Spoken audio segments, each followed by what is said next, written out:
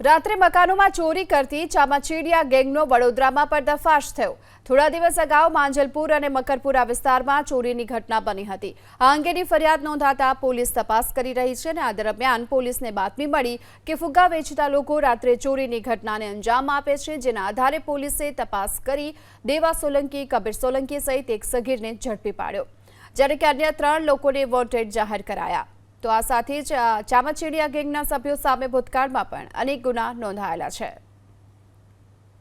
તે રીતે આ ચડ્ડી બંધિયાન ગાધારી ગેંગ જે અત્યારે ઘણી એક્ટિવ થઈ છે છેલ્લા થોડા સમયથી, તેને પકડવામાં આવી છે અને તે આંતરરાજ્ય જે ચામાચીડિયા ટોળકી, ચામાચીડિયા ગેંગ તરીકે પણ તે પ્રચલિત છે, જેમની ઉપર તેમના શરીરના છાતીના ભાગ ઉપર ચામાચીડિયાનું ટેટુ બનાવવામાં આવેલું હોય છે। આ લોકોની જે મોડસ ઓપરેન્ડી છે તેમાં તેઓ છાયાપુરી સ્ટેશન પર ઉતરે છે, ત્યાંથી ફાટકે રેલવેના પાટા સાથે ચાલતા માંજલપુર ગામ પાસે આવે છે અને ત્યાં દિવસ દરમિયાન ફુગ્ગા વેચવાના બહાને કે કોઈ લારી ચલાવવાના બહાને રેકી કરે છે અને જે બંધ મકાન મળી આવે તે મકાન પર રાત્રિના સમયે ચોરી કરવાનો પ્રયાસ કરે છે અને તાળું તોડવાનો પ્રયાસ કરે છે અને ચોરીનો સામાન લઈને અલગ અલગ ટીમો બનાવીને ચોરી કરતા હોય છે।